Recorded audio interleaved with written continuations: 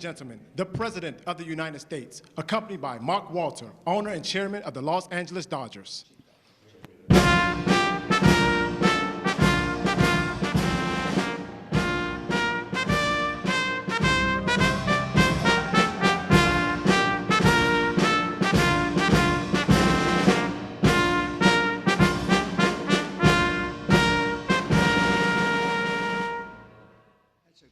Group. I see some people oftentimes, like politicians behind me, it's not so pretty. That is a very good-looking group of people. And I'm thrilled to welcome to the White House and very special people, actually, very talented people, the 2024 World Series champion, the Los Angeles Dodgers.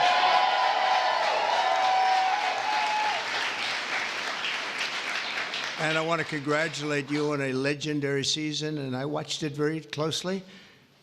Some of those teams were home teams, and you did a big number. You're really amazing how it all came out and how it all ended. With us today is Dodgers owner and chairman Mark Walter. Thank you very much, Mark. Congratulations.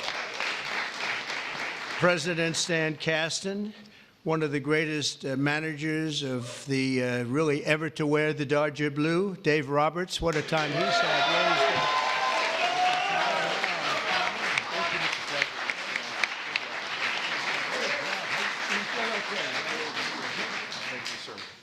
That's great. What a job. I think he would have lasted even with George Steinbrenner, right? I love George, but he was very quick. He would, you lose 2 games and you were fired, right? Great job, Dave.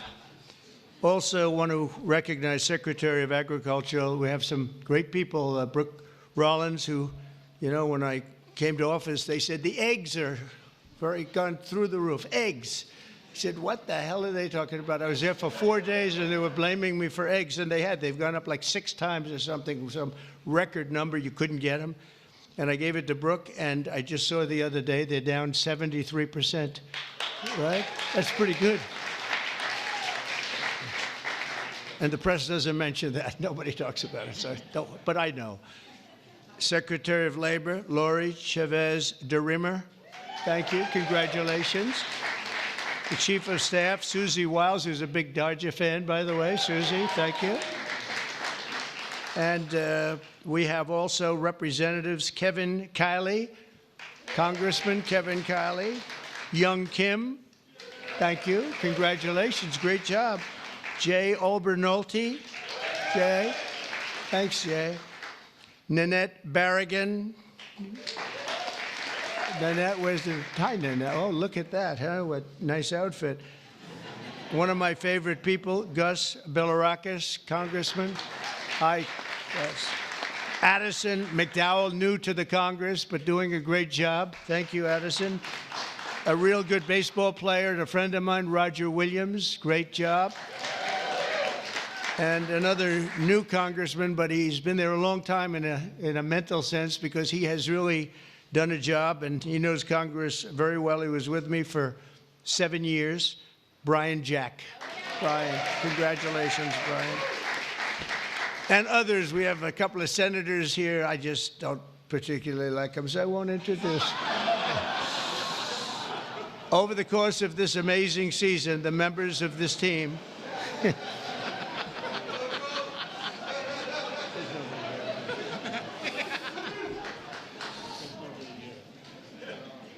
I didn't think it was that big a deal, actually. Washington. Over the course of this amazing season, the members of this team gave us some of the most incredible performances ever seen in the baseball diamond. In all of baseball history, only 6 players have ever hit 40 home runs and stolen 40 bases in a single season. And an elite group known as the 40-40 Club. It's a 40-40 club, and very few people make it. But unanimous National League MVP, Shohei Ohtani.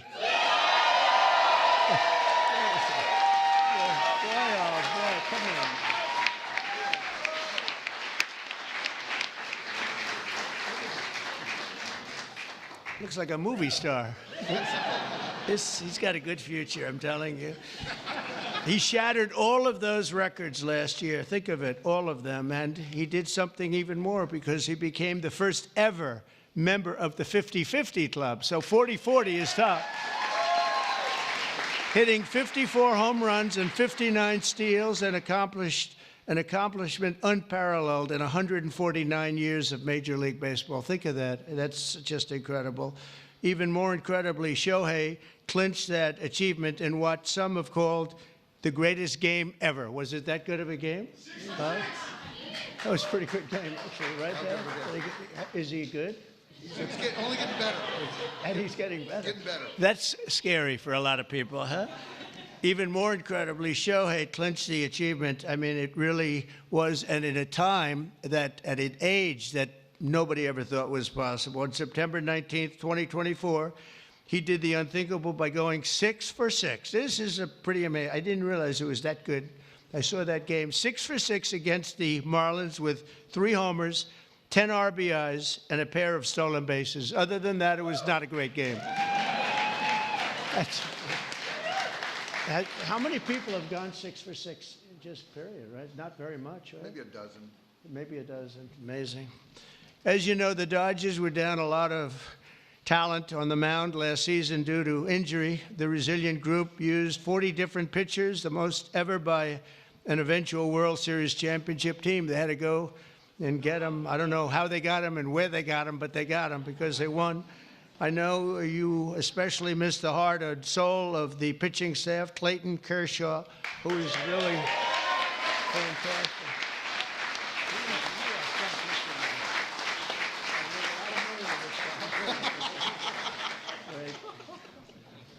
These are the best-looking people I've ever seen. It's incredible. But Clayton has been unbelievable, and if you look at his records and you look at the stamina, the endurance that he's had, and we're really happy to have him. I'm glad to meet him. I've watched him for a long time. He's a young guy yet, but you are a young guy, but I've watched you for a long time. So congratulations, amazing. All year, the Dodgers faced down adversity. You entered the playoffs battered and bruised, but not broken. When you ran out the healthy arms, you ran out of really healthy. They had great arms, but they ran out. It's called sports. It's called baseball in particular, and pitchers, I guess you could say, in really particular. But the starting rotation during the National League Division Series, this scrappy Dodgers bullpen shut out the Padres, saved the season, and forced Game 5. Then key players battled back from midseason injuries to help deliver the National League pennant, including superstars Mookie Betts. Oh, is he good?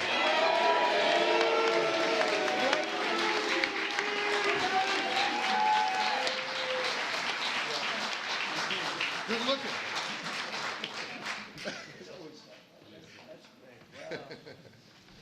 Mookie, that guy can play, can't he? I mean, unbelievable. You really, Mookie is, I've been watching it. I don't want to say I watched him when he was on Boston, but I did. I didn't think that was a particularly good trade when they made it, and I happened to be right. And Max Muncy, I want to congratulate Max. Max. Come here, Max. His arms are very strong when I touch them. I'm used to shaking politicians and hitting their armors like Jell-O, and now it's like steel. All these guys, but Max, that's great, and also Yoshi Yamamoto. Yoshi.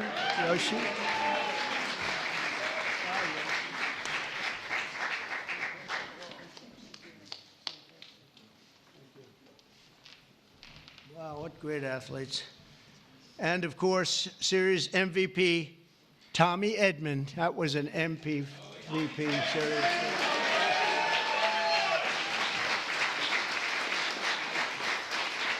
Good feeling, right?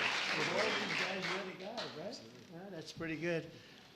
That's a lot of talent you had to beat out there for the MVP, but they all had an incredible. Tommy was 407 with 11 RBIs in 6 games. That's not bad, right? That's not bad. Great job. When it counted, too. Next came the blockbuster World Series against another iconic team known as the New York Yankees. I love the Yankees. George was a great friend of mine. He had very few friends, but he was.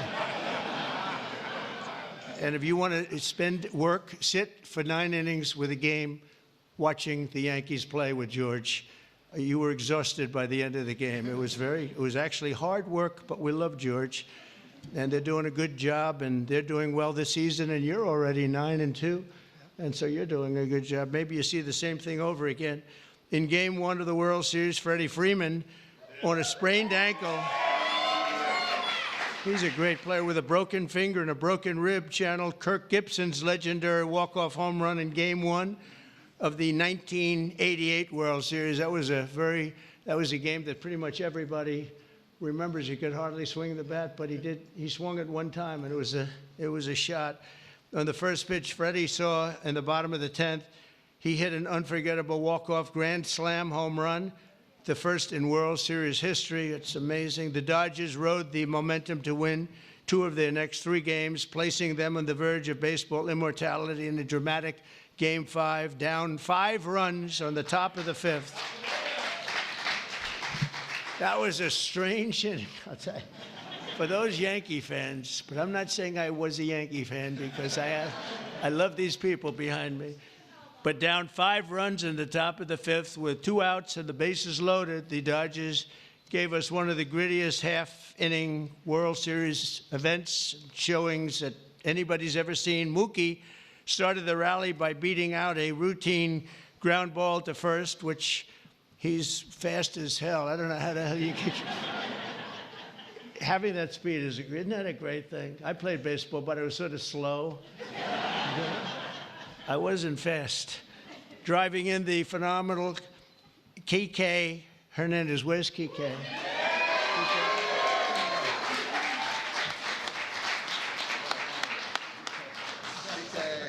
It's a hell of a group.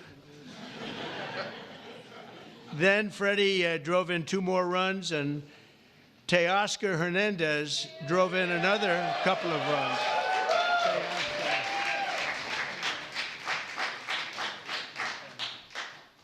That's a group.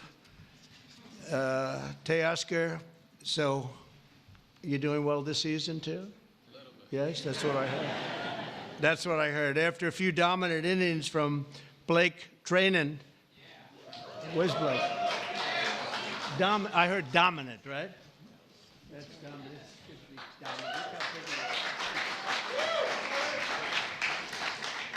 Great job, Blake. And the team was crowned the World Series champion against a great team. The Yankees are a great team and always a great franchise. And I guess, I don't know, like 28 or something. They've won a lot, probably, maybe more than any team in history overall. And you might be catching them pretty soon if you keep going. You've got a little ways to go, I guess.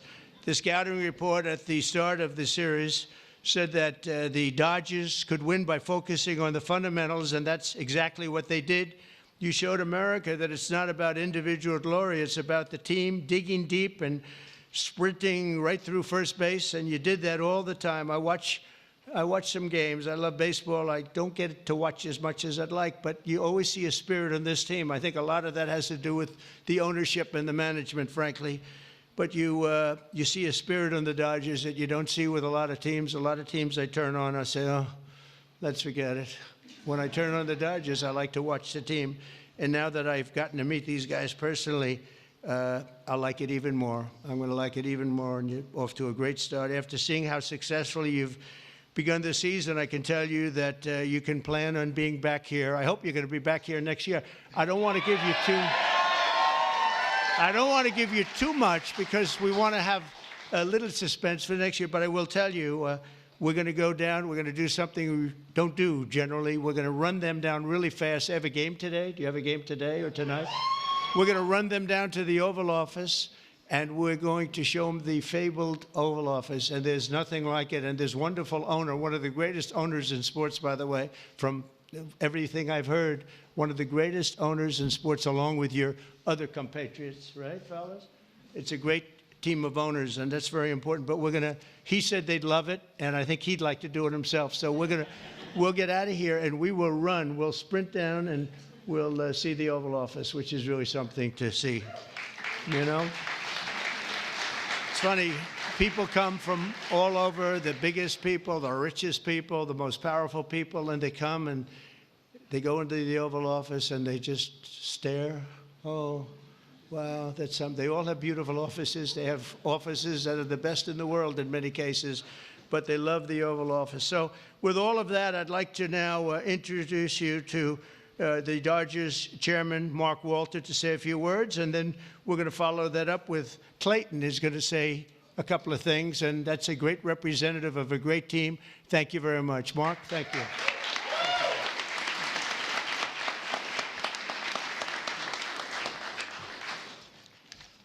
Well, thank you very much. We're very pleased to participate in the tradition of bringing champions to the White House. Last season was an incredible season. We won the World Series. Second time in 2020, and since 2020, and only 8 times in our seasons, our history. We played in front of almost 4 million fans, and we had many millions more on television. Our global following has soared, and not only from Shohei Ohtani, but also from Mookie Betts, Freddie Freeman, Clayton Kershaw, and many, many more. Alongside this on-field success, we have been deeply immersed in our community. Our players and managers have supported have each had foundations and support for communities. Our trust last year has committed $100 million to help Chicago or LA Fire. And so on behalf of the organization, I want to thank you. Thank you very much.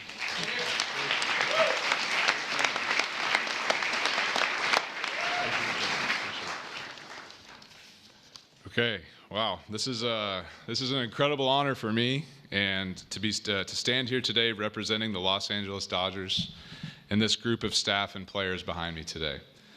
The 2024 Los Angeles Dodgers season is one that will go down in the history books, always holding a special place in the hearts of myself and those there with me, as well as millions of Dodger fans around the world.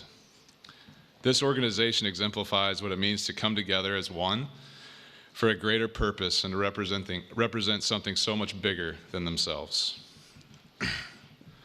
The selflessness and humility that each one of these players and staff have shown over the last year is truly an inspiration. They have constantly played hurt, switched positions, and taken the ball to put the team first. As a spectator for our championship run last year, I was in awe of this group. Their unwavering confidence, coupled with the selfless pursuit for team excellence, was an inspiration. That is why I'm so grateful to get to speak today on their behalf, as I know none of them would say this about themselves. Moving forward, I hope the 2024 Dodgers can serve as an inspiration to many like they were to me, not just in sports, but in life, remembering to put others before ourselves. It moves a team and a society forward. So thank you for allowing me to speak today, because the story of the 2024 World Series champion Los Angeles Dodgers is a true joy to get to tell, and it's because of the extraordinary people that are behind me and their incredible pursuit of excellence. Thank you. And Mr. President, we have a gift for you as well.